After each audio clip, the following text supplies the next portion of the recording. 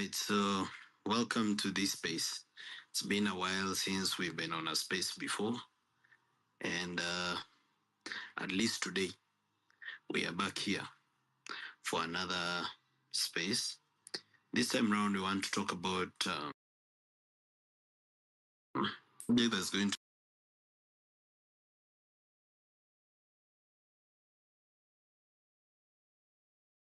we want to talk about how tribalism is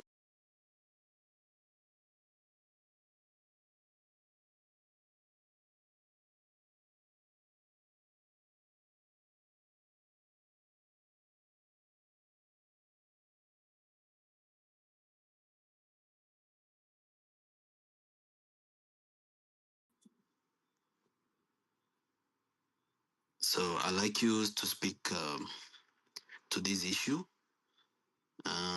What are your thoughts? How do you think we can counter that? Because he has introduced even tribalism to the church. I think you saw some of his lieutenants saying that he's being targeted by the Catholic Church. He's being targeted by the Catholic Church for not being from that tribe. And you've seen what ACK Bishop spoke today, which has all the hallmarks of tribalism in it. Which begs the question, how then do we escape this tribalism,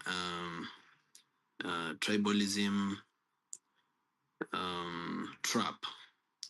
Because if you watch very keenly, you realize that ever since his space was threatened by the Gen Z, everything he has done to undermine the Gen Z and to undermine the movement or anything that the movement can achieve, he has done it with a tribal intention.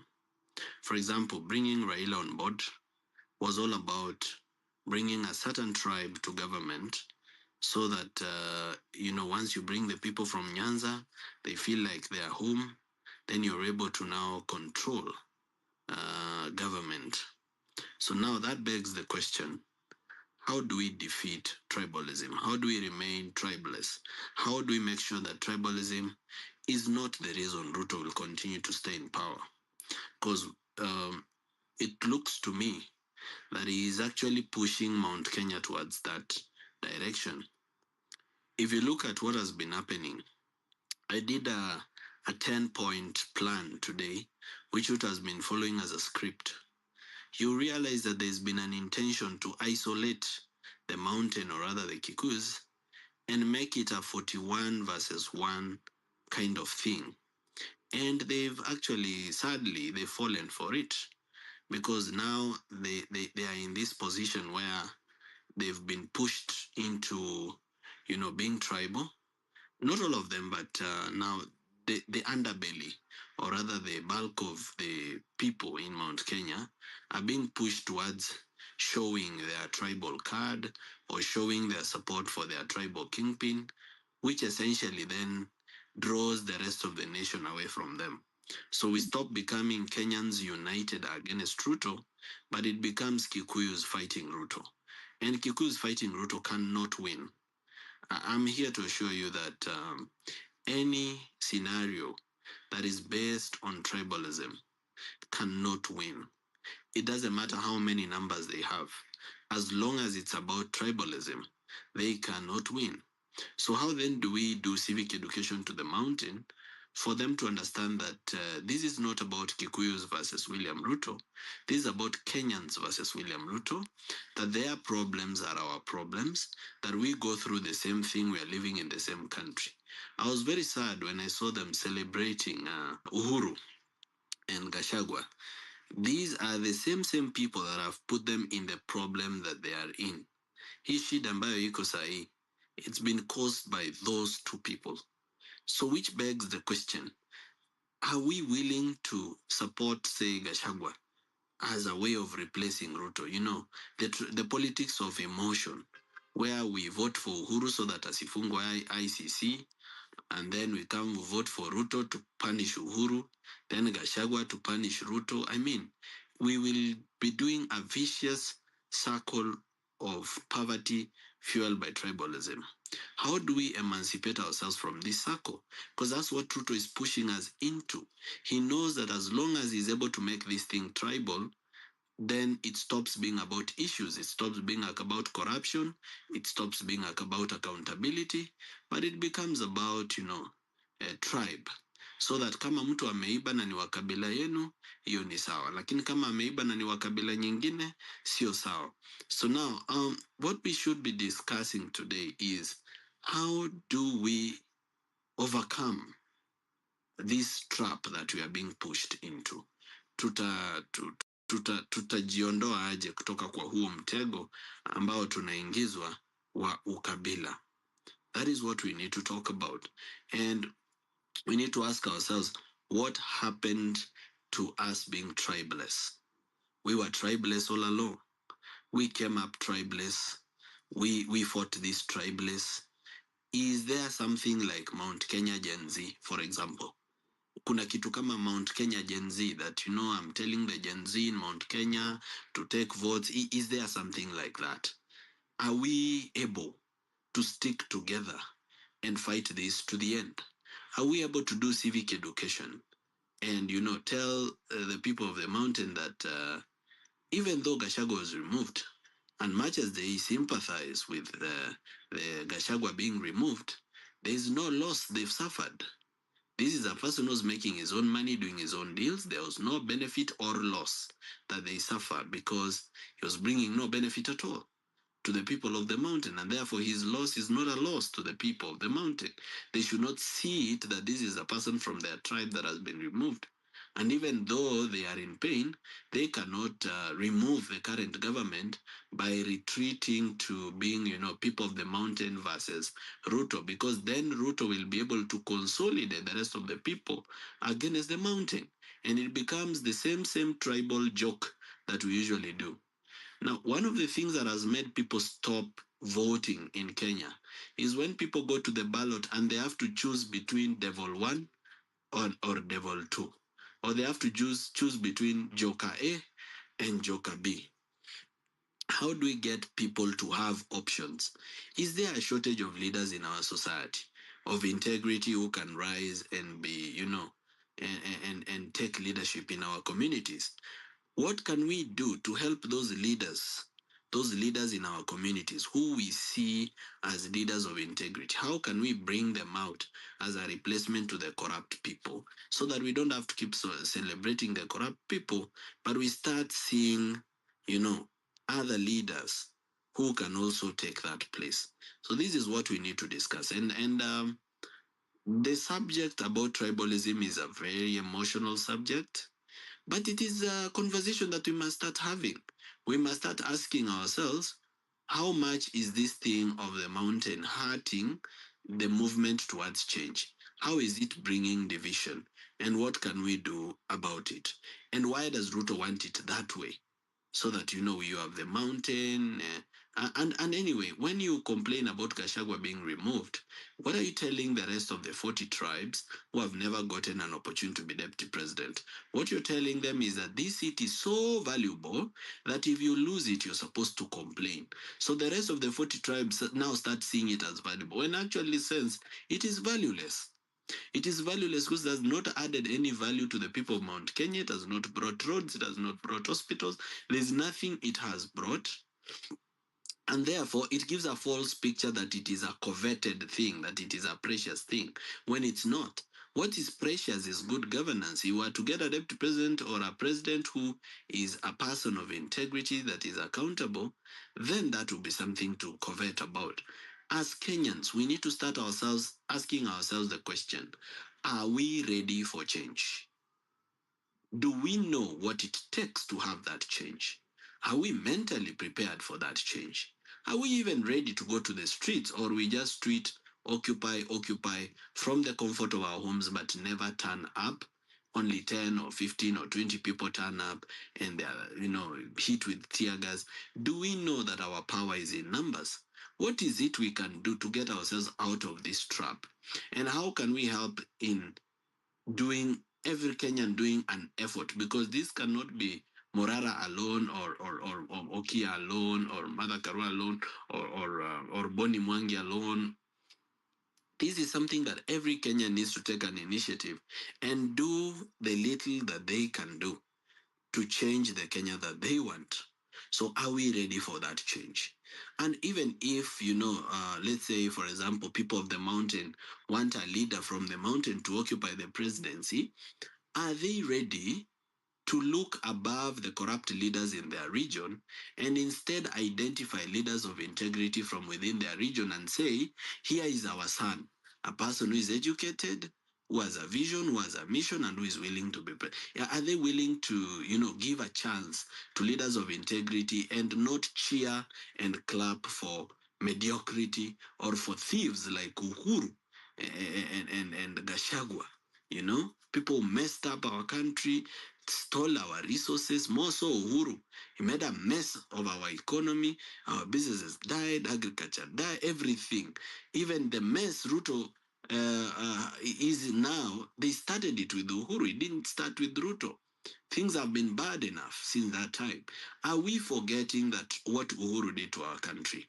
And if there are people, say, in the mountain who have forgiven Uhuru for what he stole, if you've already forgiven him, this money that was stolen was not the money of the people of Mount Kenya alone. It was the money of all Kenyans. What should the rest of us Kenyans who are still in pain, who are still lacking opportunities from the money that was looted under Uhuru, what should we say? Should we also forgive him? Yet, it's not tribal for us. So how do we kick out this tribal animal from within our communities so that it stops undermining the movement towards accountability and towards change? That is what I'd like us to talk about today. Of course, I'm looking for a co-host. I've not found one, but I'm going to find one shortly. So I'm going to accept some requests. When you come up, please speak briefly, but speak very respectfully. Do not condescend anyone. Do not abuse anyone, but speak factually. Even if the facts are painful, just inject. But as long as it's factual, no problem. We have no issue at all. So we begin. This is Fabish. Let me start accepting requests.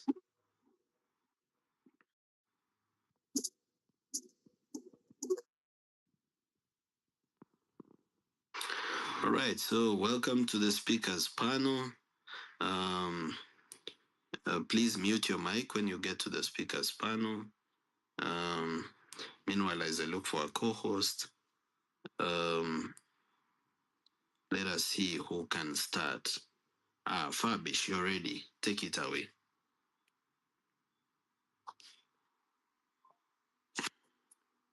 Thank you so much, Morara, for giving us this opportunity. And first, I want to salute you.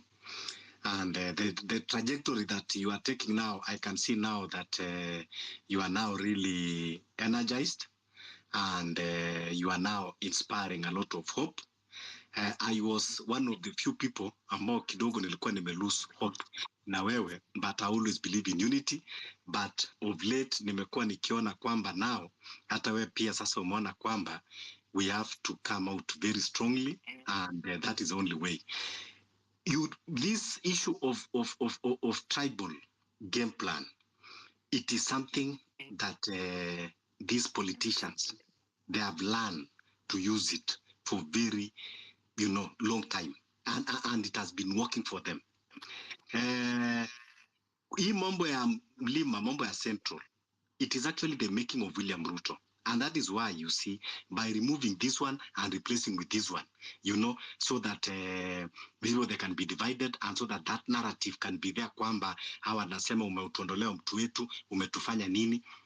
And I've been speaking hata katika space ingine ambayo nilikuwa pale nikasema, lazima wa Kenya tuanze kujifundisha kwamba kila ambao tunasikia tunaambiwa tusikue wepesi tu wa kukubali hiyo. Let's go beyond that. Let's think deeper. Because these people, they play like a script. They do like they are in theater. Then they will come with a plot. And now we always fall into that plot. What we need to do is, Morara, kwanza, one thing that I've been saying is what this country needs to change is through revolution, nothing else, nothing more, nothing less. Morara, hii kitu ya kusema kwamba tutangojea 2027, these people, they have already realigned themselves. They are the same people. They already know how to manipulate this system, and this system is not easy to remove. The only way to remove is by going to revolution. Then we start from the scratch. We go to the foundation of this country. Tuende tena katika the foundation stone. Alafu sasa tuanze structures upya. Tuongee kuhusu mambo ya concessions zile ambazo hata tulifanya with the colonial masters, you know, and any other agreements ambao tumekuwa tukifanya. We start afresh. It is difficult thing to do, Morara.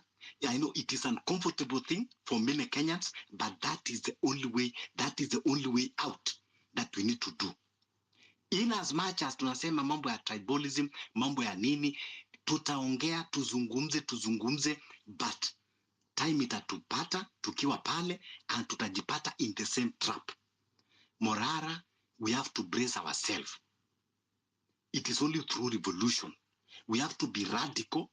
We have to go very hard through revolution.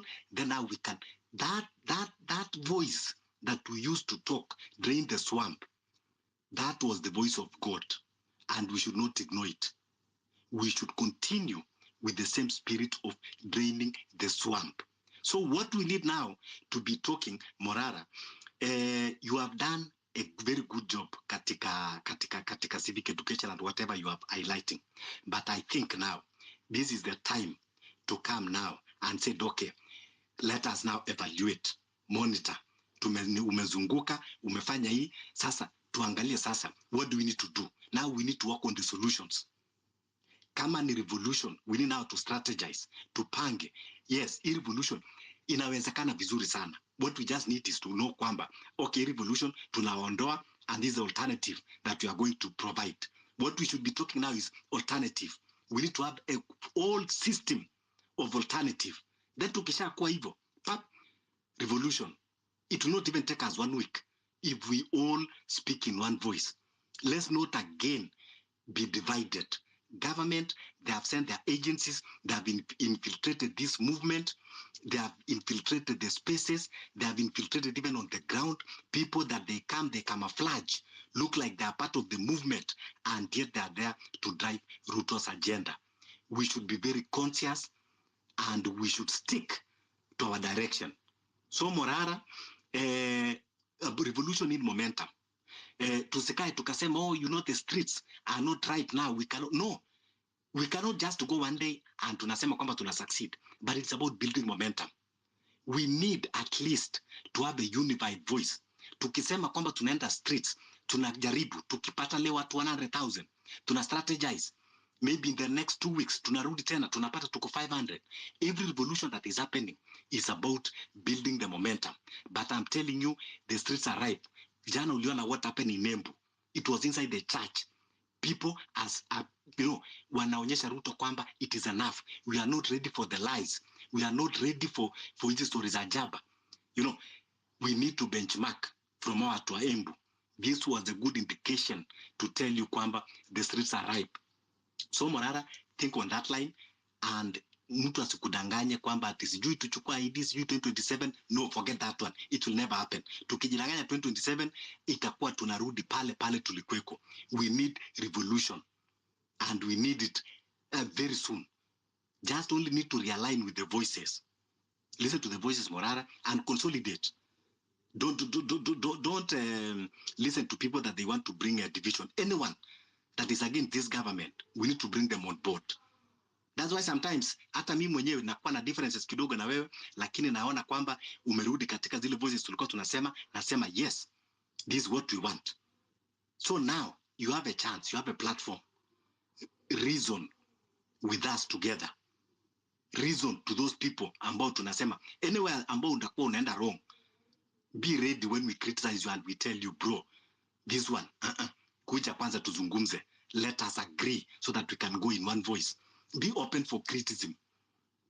Be open to take, you know, sometimes I know you have your own plans, but this is a movement. It is a collective voices. When we have that collective voices and we make sure that we bring everybody on board, I tell you, revolution is very much possible and it can happen even in a span of 1 month.